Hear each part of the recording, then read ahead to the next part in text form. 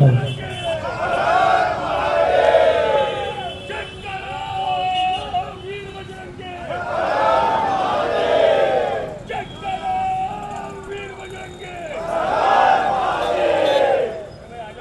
ઘણા વર્ષોથી લોકો ભગવાન શ્રીરામ મંદિરના પ્રાણ પ્રતિષ્ઠાની રાહ જોઈ રહ્યા હતા, ત્યારે છેલ્લે તમામ જે ભાવિ ભક્તો છે તેમના આતુરતાનો અંત આવ્યો અને હવે જે છે તે 22 જાન્યુઆરી 2024ના રોજ ખાસ કરીને ભગવાન શ્રીરામના મંદિરનું અયોધ્યા ખાતે પ્રાણ પ્રતિષ્ઠા કરવામાં આવ્યું, જેને લઈને સમગ્ર વિશ્વ કહી શકાય, સમગ્ર દેશ કહી શકાય, તે તમામ લોકોએ જે છે તેનો ઉત્સવ મનાવ્યો। ત્યારે અમદાવાદના સાબરમતી ખાતે અત્યારે ઉપસ્થિત છીએ। 22 જાન્યુઆરી 2024 જ્યારે પ્રાણ પ્રતિષ્ઠા ભગવાન શ્રીરામની મંદિર ખાતે અયોધ્યા ખાતે થઈ હતી, ત્યારથી જ હવે જે છે તે દર 22 જાન્યુઆરીએ જે છે તે સુંદરકાંડનું આયોજન, ખાસ કરીને પાઠનું આયોજન જે છે તે કરવામાં આવતું હોય છે। આ તમામ જે ભાવિ ભક્તો છે તેમના દ્રશ્ય બતાવીએ। સાબરમતી ડીકેબીન ખાતેના આ દ્રશ્યો છે, જ્યાં આ તમામ ભાવિ ભક્તો જે છે તે શ્રી સુંદરકાંડ પાઠ ખાતે જોડાયા છે। છેલ્લા 2 વર્ષથી આ સુંદરકાંડ પાઠનું આયોજન કરવામાં આવે છે। 22 જાન્યુઆરી 2024ના દિવસે ભગવાન શ્રીરામના મંદિરની પ્રાણ પ્રતિષ્ઠા કરવામાં આવી હતી અને તેના જ ભાગરૂપે જે છે ત્યાં સુંદરકાંડનું આયોજન કરવામાં આવ્યું છે।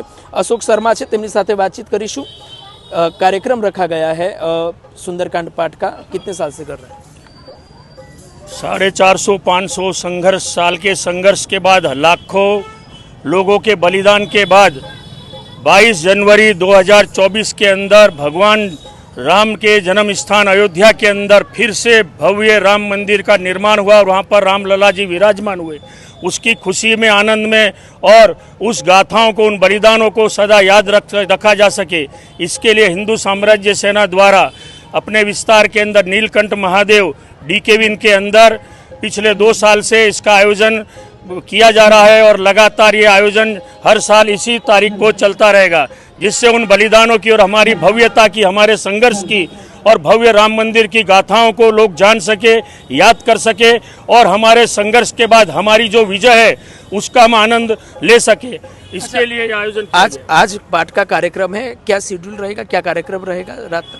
बस अभी कुछ ही देर के अंदर सुंदरकांड शुरू होने जा रहा है, उसका हम लाभ प्राप्त करेंगे। उसके बाद सुंदरकांड के बाद जो प्रसाद वितरण वह सब है और सब हम उसका आनंद लेंगे और हमारे सामूहिक सुंदरकांड के द्वारा अपने विस्तार में, अपने शहर में, अपने देश के अंदर जो भी कुछ अगर मान लो दुख तकलीफ है तो भगवान उन संकटों को दूर करे और सनातन धर्म है सदियों सदियों तक उसकी विजय पताका विश्व में लहराती रहे, ऐसा हमारा एक भगवान से प्रार्थना रहेगी। ચોક્કસથી આ સુંદર કાંડ જે કરવાના છે, જે ગાયક છે તેમની સાથે વાતચીત કરીશું। શું નામ છે આપનું? મેહુલ કુમાર। જય સિયારામ। શ્રી સુંદરકાંડ પાઠનું આયોજન કરવામાં આવ્યું છે। 22 જાન્યુઆરી તમામ દેશવાસીઓ માટે હોશો ઉલ્લાસનો દિવસ હોય છે। આપ આવ્યા છો, આપના માધ્યમથી તમામ લોકો જે છે તે આ ભાગીદારી બનશે આ તમામ પૂજા પાઠની, શું કહેશો?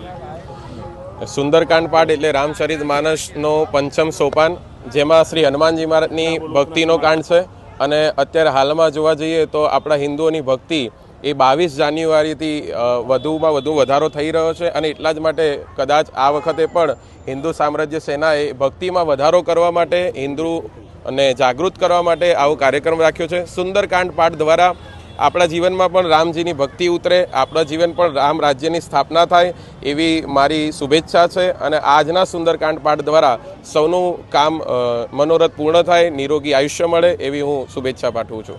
કંઈક એક ભગવાન શ્રીરામ માટે સંભળાવવા માગશો દર્શકોને, શું સંભળાવશો? સીતારામજી વિશે તો ગાવા બેસે તો આમ જોવા જઈએ તો રામકથા 9 દિવસની હોય છે, પણ રામજીનું ચરિત્ર એટલું અદ્ભુત છે, એટલું મહાન છે કે 9 જન્મ લઈએ તો પણ પૂર્ણ ન થાય। પણ બસ એટલું જ ગાવાનું મન થાય કે જ્યારે પાર્વતીજીએ મહાદેવજીને એવું પૂછ્યું કે તમે કોનું ધ્યાન ધરો છો, તમને કેવા રામ ગમે છે, ત્યારે સુપ્રસિદ્ધ ચોપાઈ આપણને મળી, તમને બધાને આવડે છે, મંગલ ભવન અમંગલ હારી દ્રવહુ સુદશરથ અજીર બિહારી। જે દશરથજીના આંગણે બાલરામ રમે છે એવા મારા ઈષ્ટદેવ છે એવું સાક્ષાત મહાદેવજી કહે છે અને આજે સોનામાં સુગંધ વળે એવી વાત છે કે હિન્દુ સામ્રાજ્ય સેના દ્વારા જે આયોજન થયું છે એ નીલકંઠ મહાદેવના ખોળામાં બેસીને જ આપણે રામજીના ગુણગાન ગાવાના છે। ચોક્કસથી સમગ્ર સાબરમતી ડીકેબીન વિસ્તારના તમામ ભાવિ ભક્તો છે ભગવાન શ્રીરામની ભક્તિમાં લીન છે। પહોંચ્યા છો અહીંયા શ્રી સુંદર કાંડના પાઠ ખાતે, શું કહેશો? આ નીલકંઠ મહાદેવ ખાતે કેવું આયોજન છે, શું उत्साह છે લોકોમાં? मैं विश्व हिंदू परिषद कर्णावटी महानगर मंत्री हूँ और पिछले 30-32 वर्ष से इस विस्तार में रह रहा हूँ। वर्षों से संघ से जुड़ा हूँ और अभी 2 वर्ष से विश्व हिंदू परिषद में हूँ। मैं जब से आया हूँ अशोक भाई शर्मा संघ में, फिर वीएचपी में, और अभी हिंदुओं का ही काम हिंदू साम्राज्य सेना के नेतृत्व में ये कर रहे हैं।